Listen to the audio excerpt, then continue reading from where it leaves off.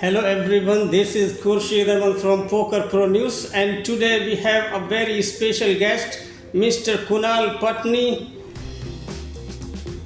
a prominent poker pro and Natural 8 India director and ambassador, and not to forget, he is the most successful captain in PSL history. कहते हैं कि वो अलग बात है कि वो खामोश खड़े रहते हैं, मगर जो लोग बड़े हैं वो बड़े रहते हैं. Kunal Patni might be a calm and composed person, but he is a powerhouse in the industry, making significant contributions to the poker industry. And recently he made headlines for leading his team to an incredible victory in PSL Season 6 in Goa. So let's welcome the one and only Mr. Kunal Patni. Thank you so much. Thank you so much, Khurshid, for the kind words. You were kind to me. Thank you.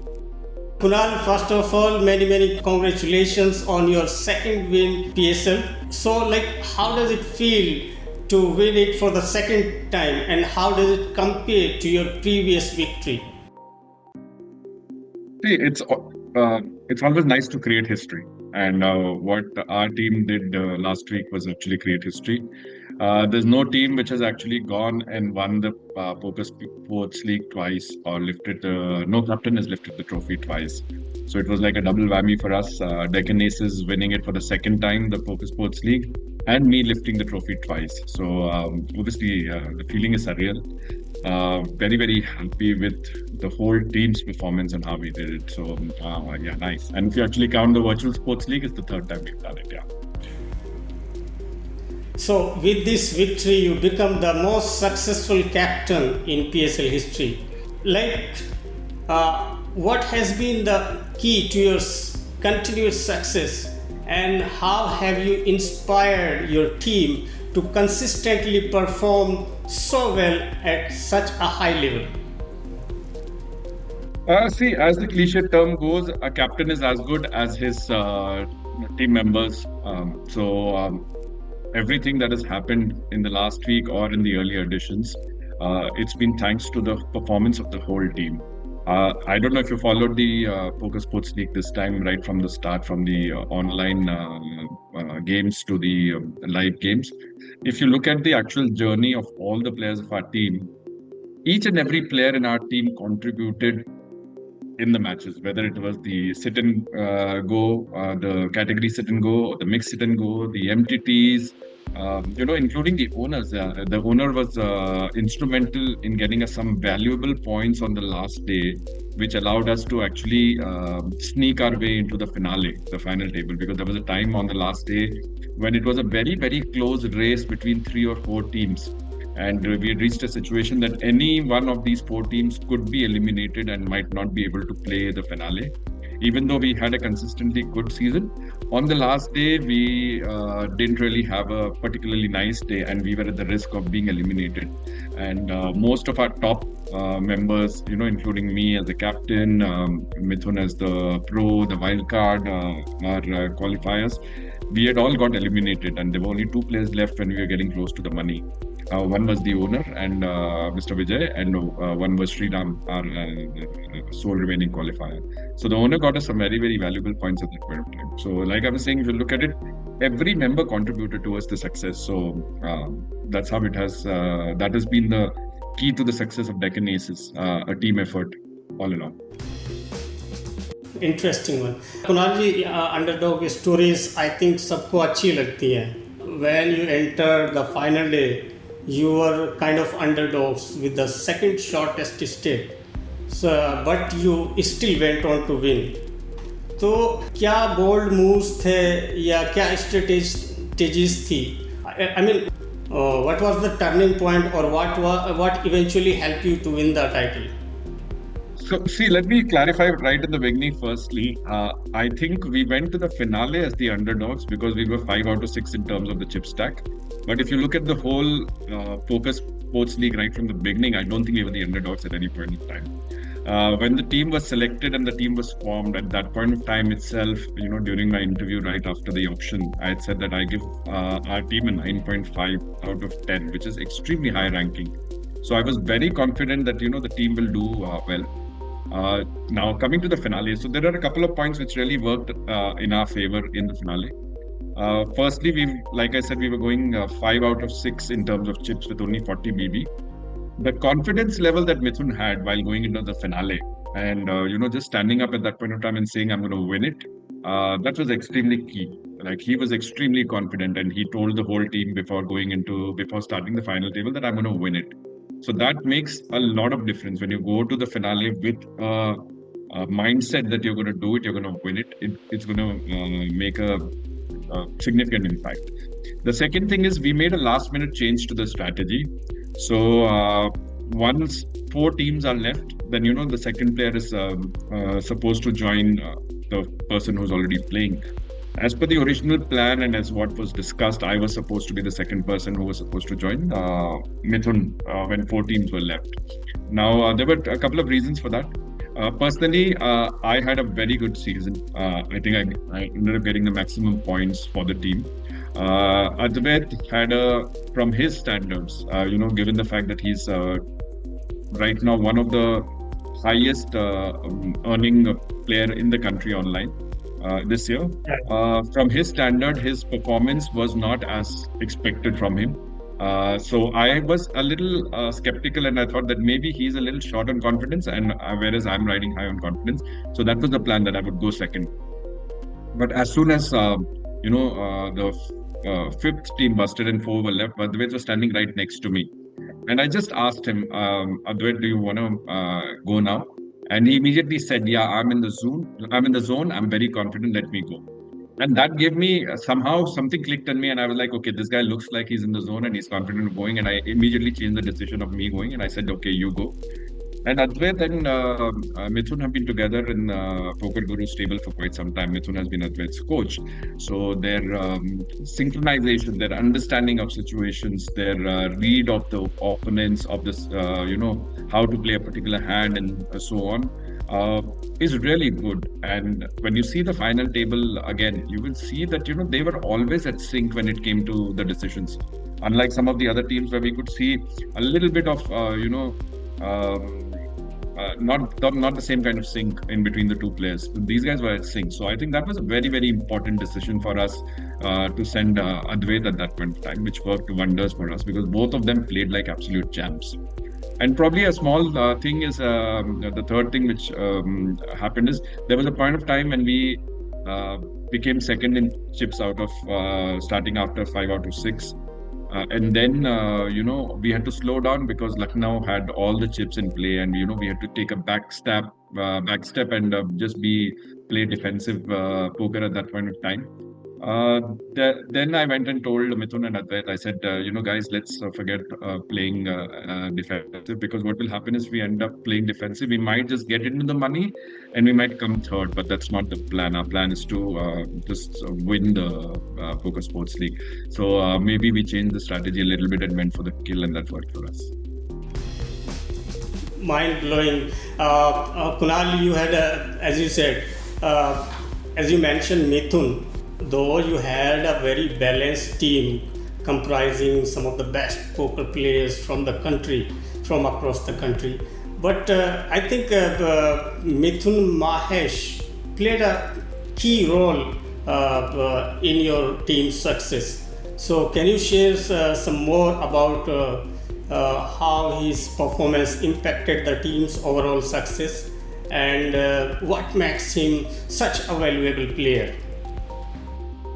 So see, Mithun's performance did not start only after the team was formed. His performance started right before the team was formed. So every year that the team is formed and we get a list of the qualifiers and the pros that we need to select, in the last 5 years, I've been very, very closely involved in the formation of the team, speaking to all the qualifiers. Pros I don't need to speak to because I know most of the pros and the game style. But every year I have personally spoken to all the qualifiers to understand where they stand, and then have a ranking of qualifiers. and who will be selected in the team. This year, unfortunately, there was a family emergency because of which a couple of days before the auction, I just could not get the time to speak to any of the qualifiers. In fact, it reached a stage where I was actually thinking of opting out of the league this time because of the family emergency. But at that point of time, Mithun obviously stepped up and he told me that, Kunal, don't worry, you take care of what needs to be done at your end. I will ensure that, I speak to the qualifiers and we prepare proper strategy on who should be in our team in the qualifiers list, in the pro list, etc. So he, along with very, very big help from Mohsin and Advait, who we had already decided on as our wildcard player. These three people, they actually formed the strategy on preparing the team. So when I came to the auction, it was a last minute decision for me to attend the auction also because I was not supposed to be a part of the auction. All I did was completely go ahead with their choice, with their understanding and what they believed in, and picked up the team that, these guys had faith in. So the whole homework done by them really helped us in forming the team. After that, coming to the actual event, Mithun is the best coach in the country. He coached all the players who were there in our team. So invaluable coaching to all the qualifiers, to the owners. Our owners attended all the coaching sessions, so that helped.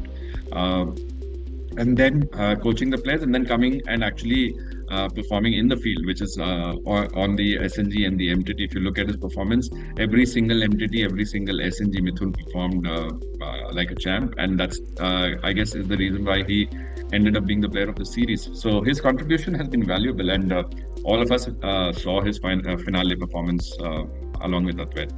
So yeah. Definitely the player of the series, and we nicknamed him the Virat Kohli of our team. If you notice also the number that he has on his jersey behind Mithun, which is wearing for the Deccan Aces jersey, he has the same number that Virat uses. So he initially wanted to go for another number, and when we were choosing the number, and I remember telling Mithun, I said, "You are the Virat of our team. You should take this number." And he gladly took it, and also like Virat is his favorite cricketer, so it just worked out well. It means he is a great fan of Virat Kohli. Yeah. Wonderful. It was clearly his role was crucial, and his performance really elevated the entire team. Right. Kunal, Kolkata Wizards, they entered the final day with the massive chip lead, and they were the favorites to win the title, but they couldn't go all the way. आपको क्या लगता है कि कहाँ कमी रह गई और आपकी टीम को कहाँ पे मतलब एज मिल गया? नहीं, I don't think उनकी तरफ से कोई कमी रही है. If you see Calcutta का performance throughout the league, right from the first start of the league till the end, they have been extremely consistent. The qualifiers, the pros, the wild card, the captain, everyone has done well. They contributed significantly and regularly. So it's not that they had one good day in which they suddenly shot up as the leader. They were the leaders throughout and they maintained the leadership. So they obviously did very, very well. Good thing is we still came with things, and the structure was pretty deep for the finale. It was 40-minute levels while we were playing live.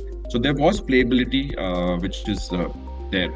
Now, the only issue that happens is when we are playing the finale, we are playing against some of the best players in the country. You have Gaurav Sodhi, you have Vishal Bajaj, Ashardul, Azarwan Boli, Lakshpal, all these guys who are sitting out there playing against you. So the edge that you would normally have when you're playing a normal tournament is much more. But when you're playing a table like this and everyone is probably better than you, then the edge for every person diminishes quite. So that's when the team plays the best poker on that day and obviously gets a little lucky, will be the team who will do it. And I quite clearly think that we played the best poker in the finale, and we did get lucky in one extremely important spot where we went all in with King Queen of Hearts against Ace King against Lucknow, Gaurav's team, and we managed to hit a flush. So that's when we became the chip leader. And once we became the chip leader, we actually destroyed everyone else. Yeah, true. You need to be a little lucky to win a tournament.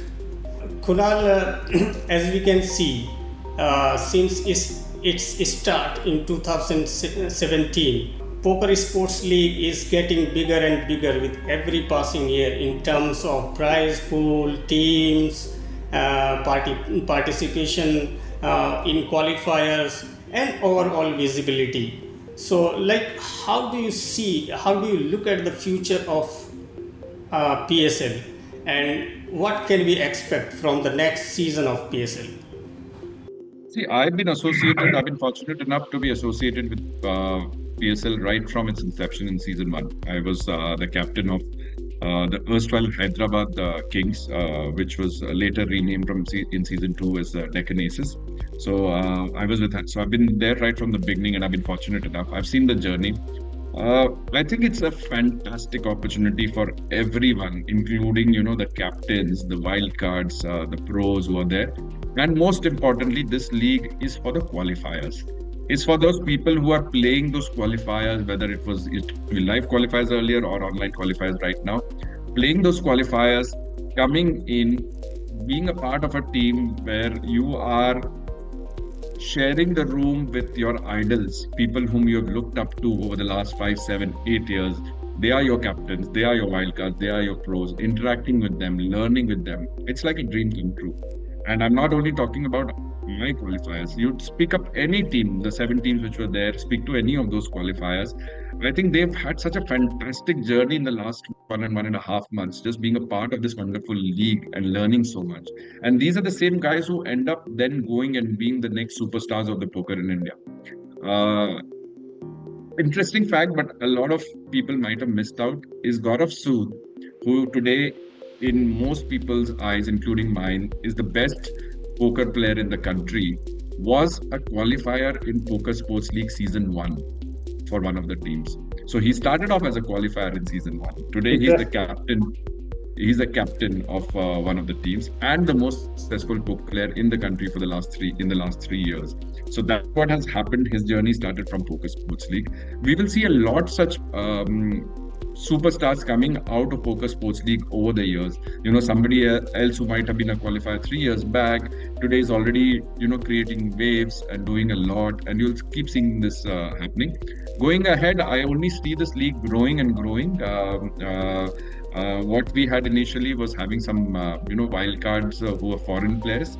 I'm hoping that going ahead over the next year or the next couple of years, we'll have the foreign players come back to it, because all the foreign players who've been part of the Poker Sports League, including people like Michael Soiza, who was my wild card, or Dylan Linde, who was a wild card for Goa, or Martin Jacobson, or any of these big names who are there. Even today, when we meet them, like I met Dylan in Vegas this year. Even this year, he was asking, "When are you calling us back?" So that's how much they enjoyed. For them, they always say it has been the best poker experience of their life. So we'll most likely see them coming back. The wildcards coming back. So it's just going to get bigger and bigger.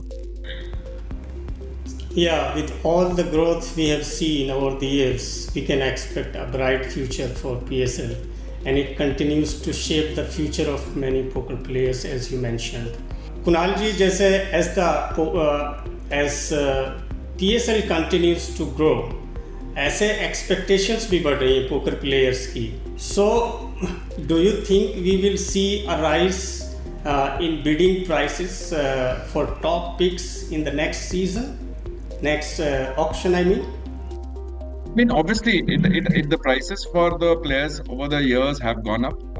The auction has been instrumental in helping that. So the qualifiers are getting more money than they used to get in season 1 and 2. The pros are getting more money. So it's a matter of the game. So as the auction amount increases, that will go up. But let me be very honest. I don't think most of us play or are a part of PSL because of the money.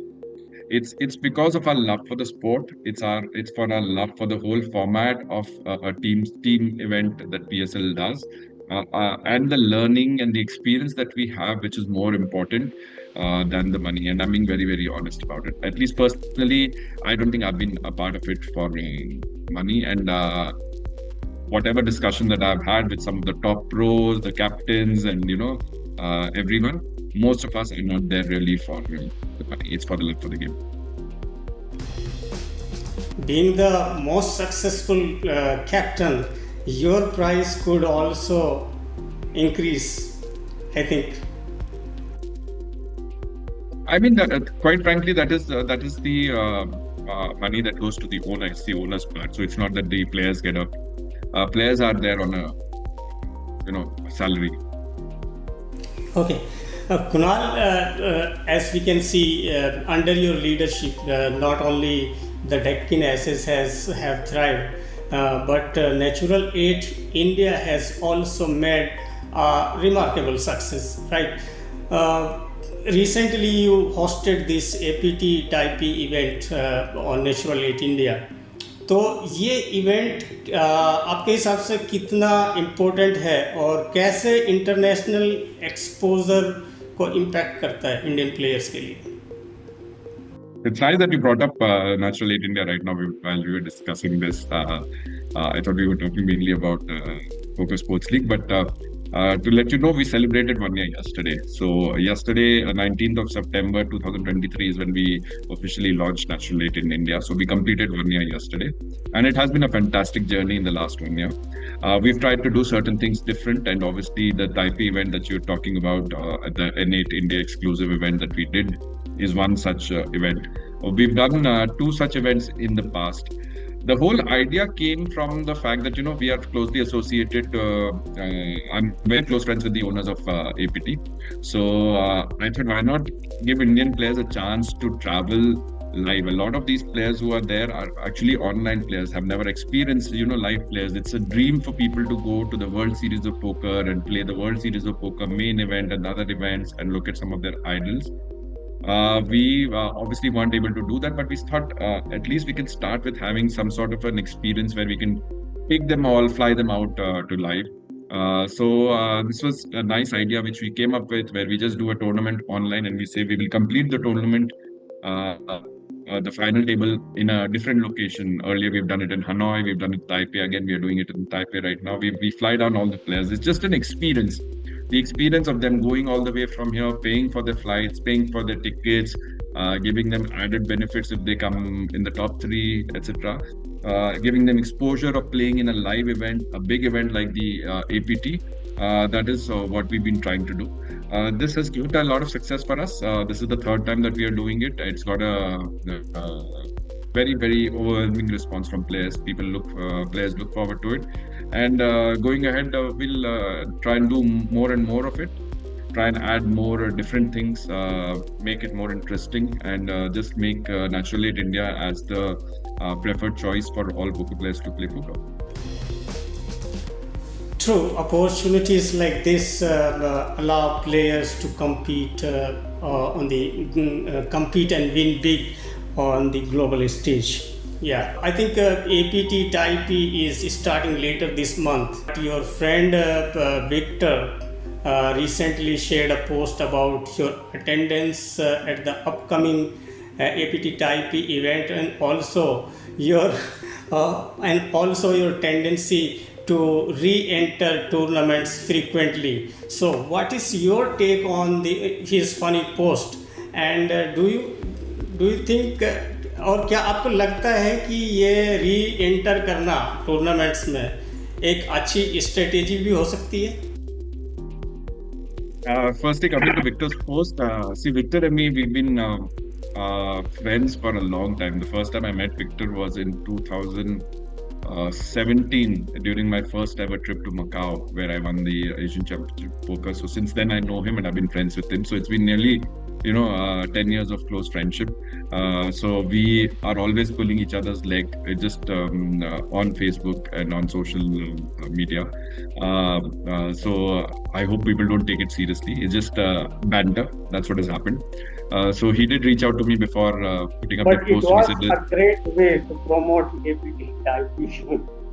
I mean, it is. I have to give it to him. He's sharp when it comes to marketing. So I woke up one morning and I just saw a message from him saying that I'm looking at thinking of sharing this on social media. Are you okay with it? And I saw it and I just started laughing. I was like, yeah, okay, you can go ahead and do it. I think it was a great idea to do it. Coming to the more important question of firing bullets and all. I've always been guilty of firing a few extra bullets here and there, whether I'm playing online or whether I'm playing live. Having said that, obviously, I try my best to try and control it as much as I can, and I've changed my strategy quite a bit compared to what I used to be, let's say 3-4 years down the line. The only thing which I would want to tell players who are playing this is, see, you can fire bullets as long as your bankroll is allowing you. So it depends on what your bankroll is. You could be playing a tournament which is, let's say, $1,000 buy-in. When you're playing live, if your bankroll allows you to fire five, you can fire five. If your bankroll allows you to fire only one, you fire one. It depends on your bankroll. The more important thing which you should remember is every time you fire a bullet, do not look at it as it's a separate tournament. So once you have played a tournament, you busted, that bullet is over. The next time you fire it again, it's like a fresh tournament that you're looking at. So people start calculating it like, I fired 3 bullets, so now I need to at least win $3,000 to break even. That's not how it works. The first 2 bullets that you fired is gone. The third time you fire, it's like a new tournament that you're starting. So that's how you're supposed to look at it and do it. But yeah, having a mindset obviously at times is not healthy. When you think that, I can fire 3 in this one, then you're not playing poker the way it is supposed to be. You're always thinking, okay, if I bust, I can fire again. So playing it with the hope that, this you can only fire one or like a freeze out will probably help. So you need to be careful about that. Yeah. Interesting one. Mr. Victor knows how to keep things light, and I believe re-entering tournaments sometimes can be a good move in certain situations. Kunal, can we go for some rapid fire questions? Rapid fire. Okay. Sure. Who is the better bluffer, you or Victor? Victor, for sure. Because I usually will be having the nuts and he will not have it, and he'll try and bluff. Which player from Taiwan are you most excited to compete against at the upcoming APT type event? I mean, there's no particular player that I'm excited about competing against because there are so many of them who will be there. I'm just excited about going to Taipei because I've not been to Taipei till now. This will be my first ever trip to Taipei. And the last 2 series that APT has had in Taipei have been a roaring success. We've got significant number of entries, big prize pools, big first place to the main event winner, etc. So I'm excited about that. Yeah. If you could ban one thing from at a poker tournament, क्या होगी वो? I think I will make every tournament a short clip tournament. I think people waste a lot of time unnecessary tanking in tournaments, especially live tournaments, for no reason, even in decisions which are, just like should be like a snap of a finger. So I think every tournament in my, according to me, should be a short clip tournament. I could just ban tanking completely and make it like a shot clock fast tournament. What is the most strangest thing you have ever seen someone do at the poker table? I don't know. Strange in what way? Like in Vegas, we've seen people. Vegas, the good thing is they allow pets to come with them during. A player playing a tournament, World Series tournament, having 2 of his lovely dogs on his lap while he's playing. I think that's strange and cute at the same time. I've had like a tournament where I'm playing where there was a huge dog sitting right next to us below on the table, and the spaces in between the tables in Vegas is not too much because there's tables, but suddenly when you look down, you have like a monster dog who's sitting there. So that is kind of strange. We've seen some strange kind of masks which people have been wearing. So these are some of the things which makes it interesting. Okay. What is the one superstition you have at the poker table? I don't think I have one superstition as such, but most poker players are superstitious, and I am also superstitious in a way that if I'm looking at my card in a particular manner, and if it is not working for some time, then I start seeing the card in a different manner. Then instead of seeing it vertically like this, I will start seeing it like this. Or at times I'll just pick up one and then I'll pick up the other one. So I try and change those things in a way that it happens. And there are times what I do is like I mean, it's funny, but I don't know how many people do it. But if I have a break and I've got during the break, if I've, let's say, gone towards the washroom or towards the restaurant to eat something in a particular route that I've taken, I try and come back in the same route, and also in the next break, also try and do the same thing, try and keep it the same. So if I'm doing well, obviously, if I'm not doing well, then I try and turn things around and change things. Interesting. All right, Kunal, that concludes our interview with you. Thank you for sharing your insights with our audience. It's always great to hear, especially from someone who always tries to set new boundaries or benchmarks. Thank you once again. We wish you good luck for the future. Thank you so much for having me on your panel again for this interview. I really appreciate it. Thanks a lot, Kursi.